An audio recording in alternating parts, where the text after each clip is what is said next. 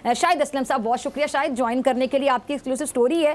पहले तो ज़रा बता दीजिएगा शाहिद साहब, ये जो सुहेल ज़फ़र चट्टा साहब हैं ये कौन हैं, और यकीनन तो बड़े अहल होंगे, बड़े काबिल होंगे कि इस्लामाबाद से लाया गया। जी बहुत शुक्रिया डॉक्टर साहबा। यकीनन जो सुहेल ज़फ़र चट्टा साहब हैं वो पाकिस्तान की जो सारी PSP क्लास है, पुलिस सर्विस ऑफ पाकिस्तान, उसमें यकीनन इस वक्त शायद काबिल तरीन अफसर हैं, क्योंकि ग्रेड 19 में अभी वो हैं और ग्रेड 21 की सीट पे आके वो बैठ गए हैं। तो यहाँ से उनकी काबिलियत का आप अंदाज़ा बखूबी लगा सकते हैं। और सुहेल ज़फ़र चट्टा साहब जो हैं, इनकी पूरी एक हिस्ट्री है, इनका एक पूरा करियर का जहाँ जहाँ भी ये पोस्ट आउट हुए हैं तो जो है वो दास्तानें छोड़ के आए हैं, और ये बड़े मशहूर हैं पुलिस में एज़ इनकाउंटर स्पेशलिस्ट के तौर पे भी। और साथ साथ ये जो सुहेल ज़फ़र चट्टा साहब हैं, ये नैब इनके ख़िलाफ़ 2 जो हैं वो इंक्वायरीज़ कर रहा है, जब ये DPO शेखपुरा थे और जब DPO ये रहे हैं गुजरात भी। तो मैं आपको बताता चलूँ कि जब DPO गुजरात के केस में इवन 2 DPO अरेस्ट भी हुए, क्योंकि वो 5-6 साल का स्पैम था जिसमें एक तकरीबन 3 अरब रुपए की मुबैना जो माली बदनवानी थी उसको नैब इन्वेस्टिगेट कर रहा था, और उसी में सुहेल ज़फ़र चट्टा साहब का भी जो है उसमें नाम था। और उसी इन्वेस्टिगेशन के दौरान नैब ने जब 2 DPOs को पकड़ा तो उसमें चट्टा साहब जो थे ये पाकिस्तान से बाहर भाग गए थे। अच्छा। और इसी तरह जब ये DPO शेखपुरा थे तो उस पर भी जो है वो नैब इन्वेस्टिगेशन कर रहा था, और लेकिन क्योंकि ये मुल्क से बाहर भाग चुके थे और उनके केसेस जो थे वो पेंडिंग पड़े रहे, और इनको शायद को प्री अरेस्ट बेल भी बाद में मिली। और जैसे ही ये रजीम चेंज हुआ, PDM की गवर्नमेंट आई इस्लामाबाद में सेंटर में, तो सुहेल ज़फ़र चट्टा साहब जो हैं वो आते हैं और आके DIG ऑपरेशन का इनको चार्ज मिलता है इस्लामाबाद में। ये SSP थे, और आपको पता ही है कि उसके बाद क्या हुआ फिर, क्योंकि PTI की गवर्नमेंट ख़त्म हो चुकी थी।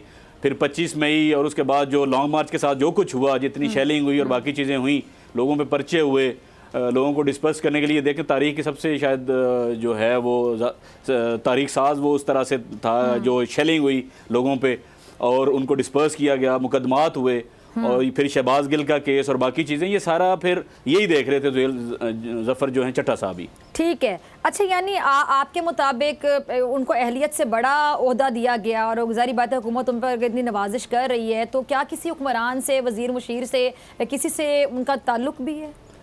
जी देखें, सुहेल ज़फ़र चट्टा साहब जो हैं ये हैं तो ग्रेड 19 में, अब ग्रेड 21 की सीट पे आके बैठे हैं as director general anti corruption Punjab.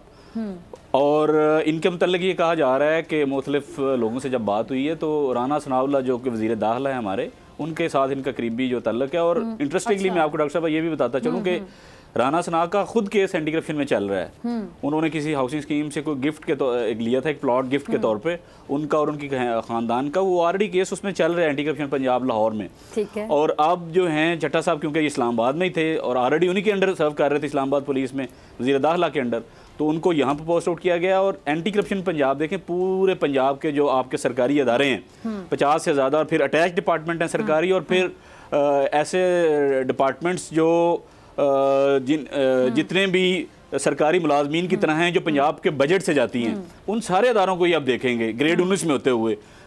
और ये अलमी हम कह सकते हैं कि ये रूल ऑफ लॉ की, ये आइन और कानून की जो धज्जियाँ हैं वो PDM की गवर्नमेंट और ये जो निगरान हुकूमत है ये बखेर रही है, उड़ा रही है, धज्जियाँ उड़ा रही है हर चीज़ की। और कोई पूछने वाला नहीं है इस मुल्क में कि कोई आइन और कानून है, या आइन और कानून नाम की कोई चीज़ है। अरबों रुपए के केसेस हैं, करप्शन के इल्ज़ामात हैं इन पे, अभी तक वो केस ख़त्म नहीं हुआ।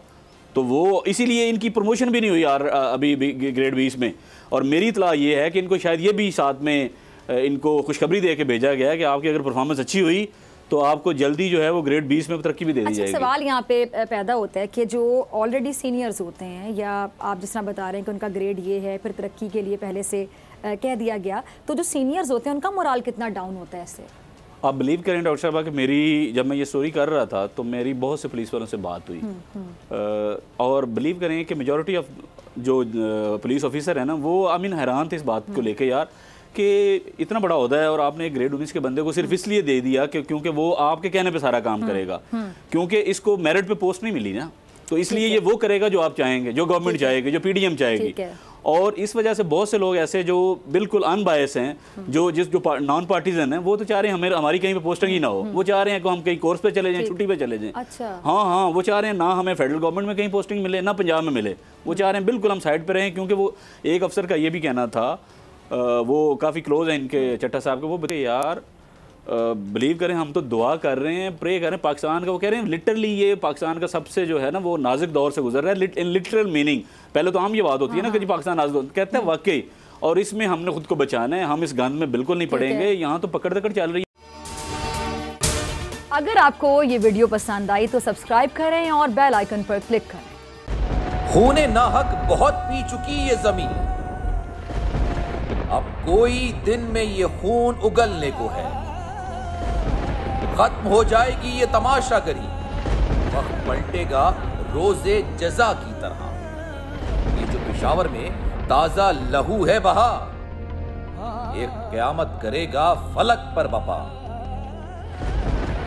गम की सलमनाक घड़ी में बोल सानह पेशावर में शहीद होने वालों के लवाहिकीन के साथ। सब्सक्राइब करें और बेल दबाएं ताकि कोई खबर रह न जाए।